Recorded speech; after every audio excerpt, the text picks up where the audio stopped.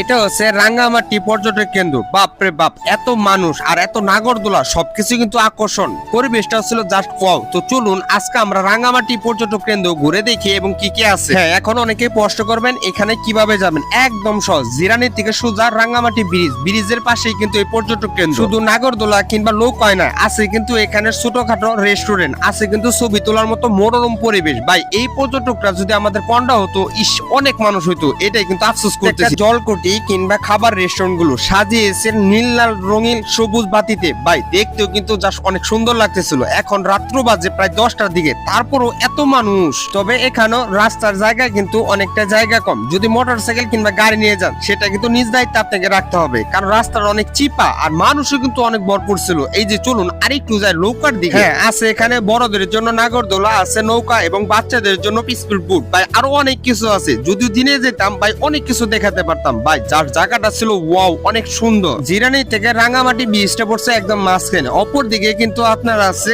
আমতলা কিংবা শিমুলিয়া বাজার, এখান থেকেও কিন্তু মাঝখানে। ভাই, মানুষ কিন্তু অনেক। হ্যাঁ, আপনি যদি একটু মুক্ত বিনোদন কিংবা মুক্ত পরিবেশে একটু ঘুরতে চান, তাহলে এই পর্যটক কেন্দ্র আসতে পারেন। ভাই, পরিবেশটা অনেক